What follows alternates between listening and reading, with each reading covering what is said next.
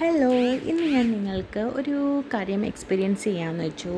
അപ്പോൾ നമ്മളിങ്ങനെ ട്രാവൽ ചെയ്തുകൊണ്ടിരിക്കുമ്പം നമ്മളൊരു സ്ഥലത്തെത്തി. ആ സ്ഥലത്തെത്തിയപ്പം ഇവിടെ ടാങ്ക് ബണ്ട് എന്ന് പറയും. അപ്പോൾ അവിടെ നമ്മളിങ്ങനെ നോക്കിയപ്പം ഒരു പയ്യ നമുക്കാണെങ്കിൽ ഇങ്ങനെ കോണാണെങ്കിൽ ഇങ്ങനെ ചുടുന്നു. അപ്പോൾ ഇവിടുത്തെ ഒരു സ്ഥിരമായിട്ടുള്ള കാഴ്ചകളാണ് ഇങ്ങനത്തെ ഉള്ളത്. അപ്പോൾ ഓക്കെ നമ്മൾ ഞാൻ വിചാരിച്ചു വീഡിയോ എടുക്കാം. അപ്പോൾ നമുക്ക് കോൺ കഴിക്കാമെന്ന് വെച്ചു. അപ്പോൾ ഞാൻ വെച്ചെങ്കിൽ വീഡിയോ എടുക്കാം. വീഡിയോ എടുത്തിട്ട് അപ്ലോഡ് ചെയ്യാമെന്ന് വെച്ചു. അപ്പോൾ ആ ബബ്ബായി ആണെങ്കിൽ ഞാൻ ചോദിച്ചു, ബയ്യ വീഡിയോ എടുത്തിട്ട്. അപ്പോൾ ബയ്യ പറഞ്ഞു ഓക്കെ വീഡിയോ എടുത്തോളാൻ പറഞ്ഞു. അപ്പം ബയ്യ അത് ചുടുകയാണ്. അപ്പോൾ ഇത് നാടനാണ്, അല്ലാതെ പുറത്തുനിന്ന് വന്നതല്ല. അതുകൊണ്ട് തന്നെ കുഞ്ഞു കോണാണ്.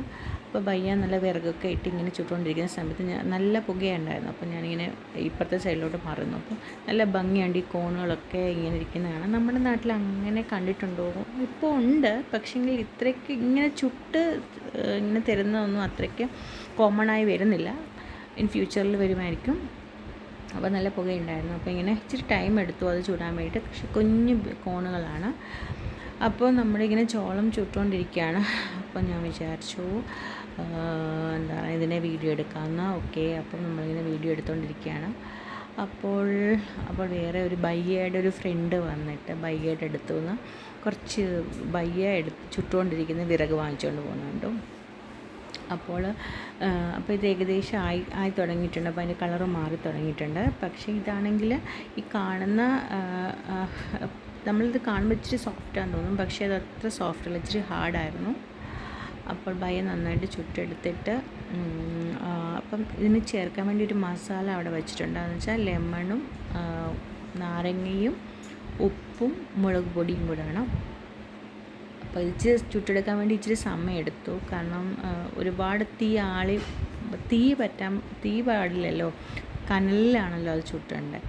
അപ്പോൾ ചുട്ടിങ്ങനെ റെഡി ആക്കിക്കൊണ്ടിരിക്കുന്നു. അത് നല്ല രസമുണ്ടായിരുന്നു കാണാൻ വേണ്ടിയിട്ട്. ഇപ്പം നാരങ്ങത്തോട് കൊണ്ടാണ് അത് ഉരയ്ക്കുന്നത്. അതിൻ്റെ മുകളിലോട്ട് ഇങ്ങനെ തേച്ച് പിടിപ്പിക്കുകയാണ്.